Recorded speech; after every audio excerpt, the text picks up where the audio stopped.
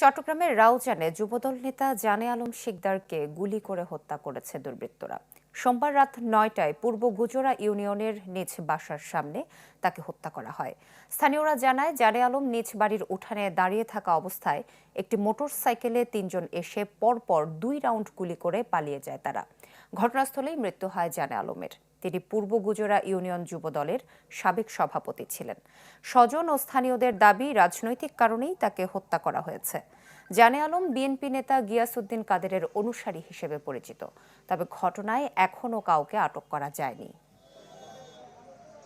নতুন এবং ফিরে আসা গ্রাহকদের জন্য নগদে চলছে ক্যাশব্যাক সহ প্রতিদিন হাজারো উপহার জেতার সুযোগ। হবে আশা আর ফেরা, সারপ্রাইজ সেরা।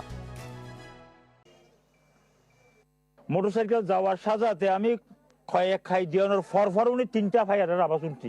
আমরা ফায়ার করছি যে আমাদের একটু সামনে, মানে আমরা দেখি নাই। ফায়ার করার পর ওরা আসছে আরেক দিক দিয়ে ফায়ার করে আমার সামনে দিয়ে গেছে, কিন্তু আমরা জানি না যে ওরা ফায়ার করে গেছে। ওরা করছে যে এটা শিউলি যায় না, তাই ওইখানে গিয়ে শুনতেছি নাকি ওরা ফায়ার করে চলে গেছে। ওনার মতো ভালো মানুষ, অনেক খবর নিয়ে দেখতে পারেন।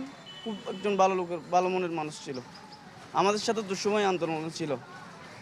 কে বা কারা জড়িত ইনকোয়ারি করে এদেরকে আইনা আওতায় এনে একটা সুষ্ঠু বিচার চাচ্ছি। 5 আগস্টের পর রাউজানে মনে হয় 18 ওভার মার্ডার হয়েছে।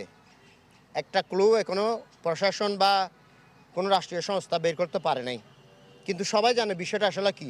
জানে আলম ভাই হচ্ছে ওনার কোনো মামলা নাই। উনি একজন স্বচ্ছ রাজনীতিবিদ এবং যুবদলের একদম নিবেদিত প্রাণ, এবং উনি দুঃসময়ে 17 বছরে দুঃসময়ে দলের যারা ত্যাগী কর্মী ছিল তাদেরকে, যারা দুঃসময়ে তাদের টাকা পয়সা যারা চলতে পারে না তাদের পরিবারের জন্য সে টাকা পয়সা দিয়ে অনেক সাহায্য সহযোগিতা করছে। নিরাপত্তাহীনতা ভুগতেছি। কারণটা হচ্ছে এই বিগত 11টা যে খুন হয়েছে, 16 তারিখে যে খুন হয়েছে, এ কোনো সঠিক বিচার হয়নি। তো এখন জনগণের যান মালের যে নিরাপত্তাহীনতায় ভুগতেছে, এটার জন্য আমরা নিজেরাই আতঙ্কিত। তো এটা 5 আগস্টে পড়া এদের শক্তিরা আমাদের একটি গ্রুপ বিএনপি নামদার এদের সাথে মিশে এই হত্যাকাণ্ড সংঘটিত করতেছে।